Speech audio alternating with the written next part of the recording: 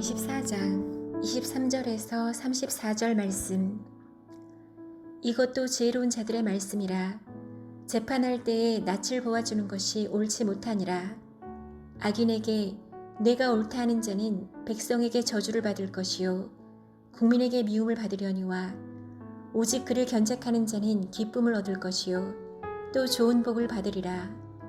적당한 말로 대답함은 입맞춤과 같으니라. 내 일을 밖에서 다스리며 너를 위하여 밭에서 준비하고 그 후에 네 집을 세울지니라. 너는 까닭없이 내 이웃을 쳐서 증인이 되지 말며 내 입술로 속이지 말지니라. 너는 그가 내게 행함같이 나도 그에게 행하여 그가 행한 대로 그 사람에게 갚겠다 말하지 말지니라. 내가 게으른 자의 밭과 지혜 없는 자의 포도원을 지나며 본즉 가시덤불이 그 전부에 퍼졌으며 그 지면이 거친 풀로 덮였고 돌담이 무너져 있기로 내가 보고 생각이 깊었고 내가 보고 훈계를 받았노라. 내가 좀 더 자자 좀 더 졸자 손을 모으고 좀 더 누워있자 하니 내 빈궁이 강도같이 오며 내 곤핍이 군사같이 이르리라. 아멘. 함께 기도하겠습니다.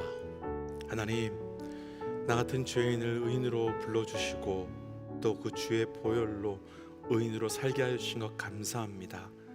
하나님, 의인으로 살아갈 수 있도록 은혜를 더하여 주시고 그 은혜 붙들고 오늘도 의인으로 살아갈 수 있도록 동행하여 주옵소서. 이 모든 말씀 예수님 이름으로 기도하였습니다. 아멘. 할렐루야. 우리를 구원하여 주시고 또 그 구원하여 주신 은혜로 살아갈 수 있도록 우리 삶에 그 지혜의 은혜를 허락하신 하나님의 이름을 높이 찬양합니다. 오늘 우리가 함께 나눌 말씀의 제목은 의인들은 이라고 하는 말씀의 제목으로 어제 말씀과 이어지는 말씀입니다.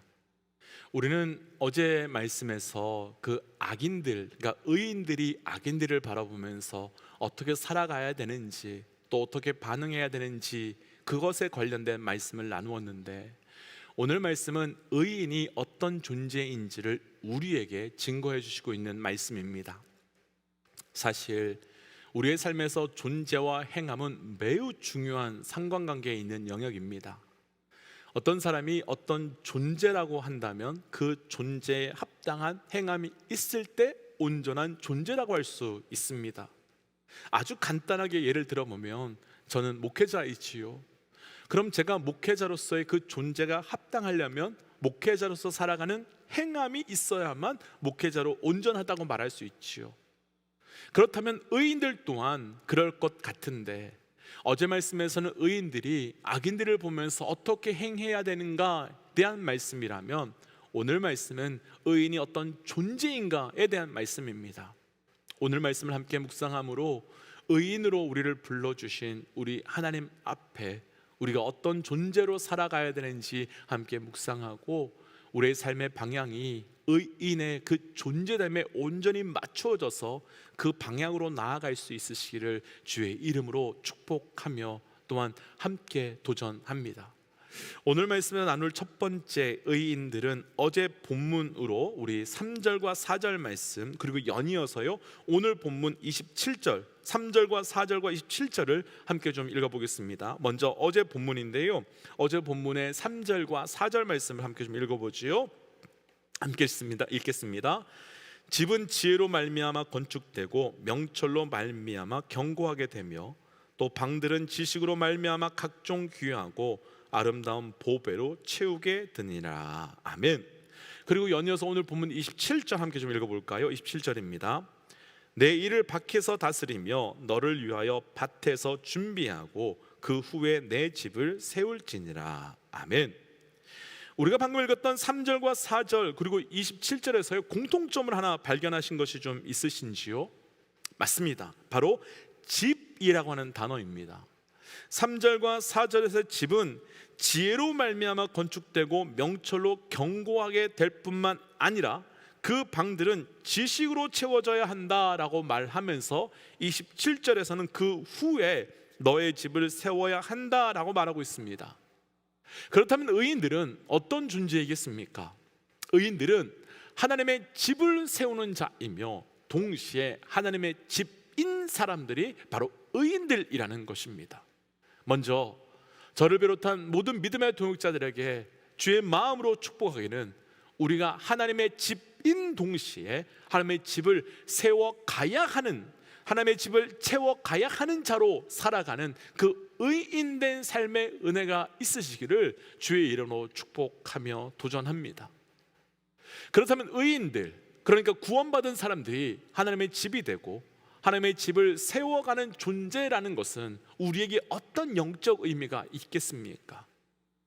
고린도전서 3장 17절 말씀을 보면 성도들을 향해서 하나님의 성전이라고 말해주고 있는데, 의인들이 하나님의 집이라고 하는 것을, 곧 의인들이, 구원받은 자들이 하나님의 성전임을 말씀해 주는 것이죠. 곧 집이 성전인 겁니다. 이미 다들 잘 알고 계시겠지만 하나님의 집, 하나님의 성전이라고 하는 개념은 이스라엘 백성들이 시내산에서 하나님께서 율법을 통해서 성막, 그 성막을 통해서 주신 것이 가장 첫 시작이었습니다. 하나님께서는 이스라엘 백성의 모든 순간에 성막이 항상 중심에 있게 하셨지요. 그래서 이스라엘 백성들이 머물고 있었을 때는 성막을 중심으로 동서남북을 기점으로 세 지파씩 그 있게 하셨고, 또 움직일 때도 성막이 항상 가운데 위치하게 해서 이스라엘 백성들과 함께 동행하게 하셨습니다. 그 이유는요, 성막이 바로 예수 그리스도를 상징하기 때문이기도 했지만 그 성막이 바로 이스라엘 백성들 본질을 상징하는 있기 때문이었습니다. 우리가 오래전에요 성막에 대한 말씀을 나눈 적이 있지만, 성막을 들어갈 때는요 동쪽으로 난 문에서 들어오는 방법밖에 없었습니다. 그 동쪽으로 난 문에서 바깥에서 안뜰로 들어가야 됐습니다.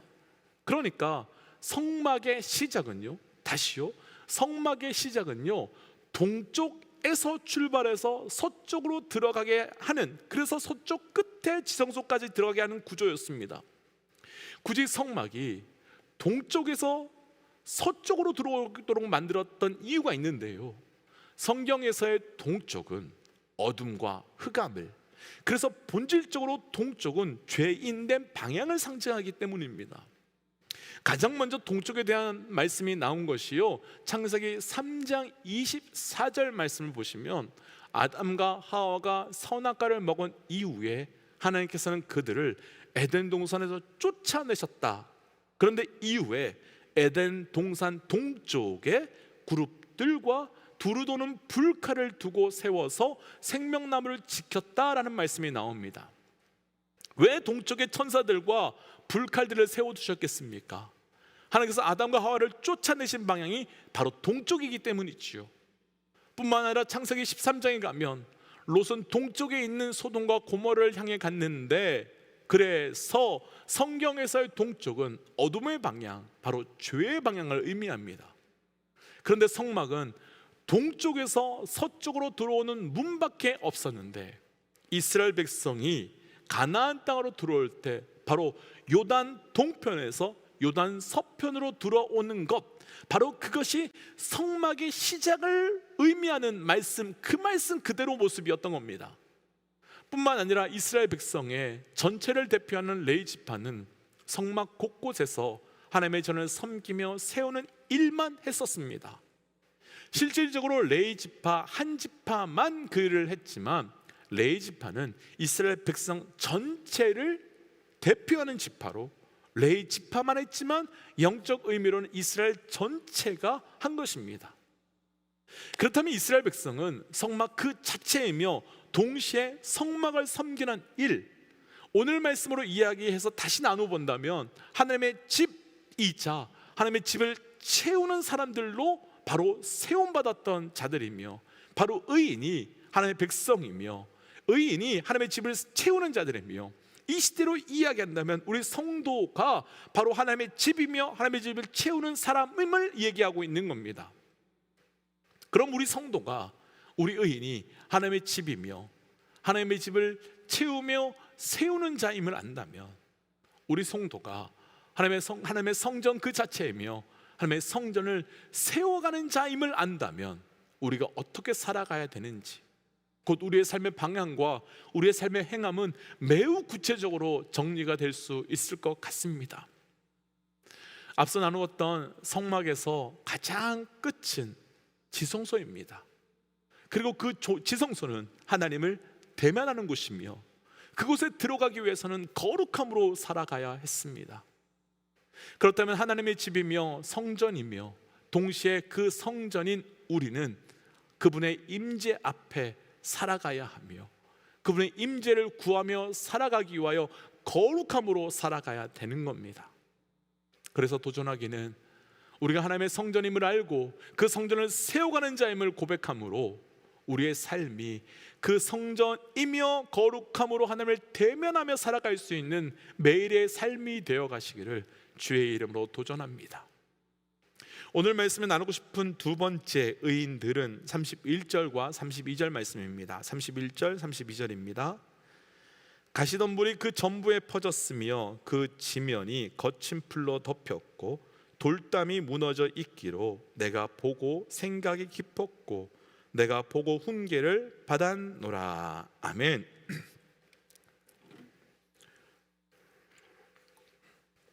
포도원 밭에 가시덤불이 전부에 퍼지고 또 거친 풀이 덮였고 돌담이 무너지고 훈계를 받아야 한다고 말하며 33절과 34절 말씀으로 내려가 보면 좀 더 자자 좀 더 놀자 하면 빈궁이 강도같이 곰핍이 군사같이 오게 될 것이다 라고 연이어 말씀이 증거되고 있습니다. 그럼 이 말씀 속에 이미 의인이 어떤 자인지 우리는 그림 속에서 명확하게 보실 수 있겠지만, 의인은 하나님의 청지기임을 말씀해 주고 있는 겁니다. 먼저 우리 모두 잘 기억하셔야 합니다. 우리는 하나님께서 각자에게 맡겨주신 그 포도원의 청지기이며 맡김을 받은 청지기로서 살아가야 되는 자임을 알고 계셔야 한다는 것입니다. 우리가 어떤 청지기로 살아가야 되는지는 우리가 앞단락에서 나누었던 3절과 4절 말씀을 보면 아주 구체적으로 설명이 되어 있는데요, 3절과 4절 말씀을 다시 한번 보시면 지혜로 말미암아 건축하고 명철로 말미암아 견고하게 하고 방들마다 지식으로 가득히 채우라고 말하면서 하나님의 성전에 하나님의 청지기 된 우리가 무엇으로 어떻게 섬겨가야 하는지 아주 구체적으로 설명해 주고 있습니다. 그러니까 하나님의 성전된 우리가 하나님의 청지기로서 살아가기 위해서는 우리 안에 가득 차 있는 세상의 말과 나의 생각과 그리고 사단의 말과 세상의 모든 것을 다 비우고 우리 안에는 하나님의 말씀으로만 가득히 채워서 하나님의 말씀으로만 기초를 세워서 그렇게 하나님의 말씀에 순종함으로 더더욱 더 튼튼하게 만드는, 그것이 바로 말씀의 청지기로 우리가 살아가야 되는 모습이라는 것입니다. 그러니까 우리가 말씀의 청지기가 된다는 것은 단순히 복음을 전하고 말씀을 가르치는, 그 누군가를 향하여 말씀을 전하는 그런 것만 의미하는 것이 아니라 바로 우리 자신을 향해서 끊임없이 말씀을 채우고 말씀으로 살아가는 말씀의 청지기가 되어야 한다고 말하고 있는 겁니다.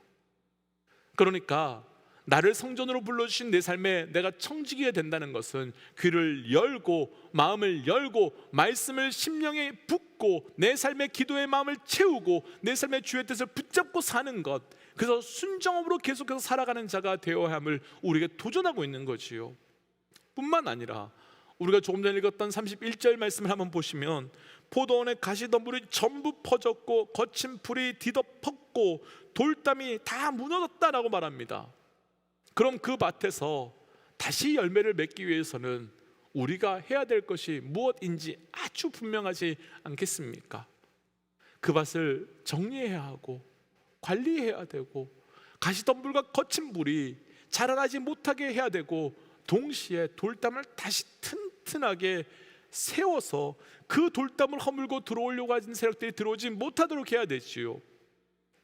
그럼 우리의 영혼에 청지기 된 우리는 무엇을 어떻게 해야 되는지 말씀 속에서 그대로 나타나지 않겠습니까?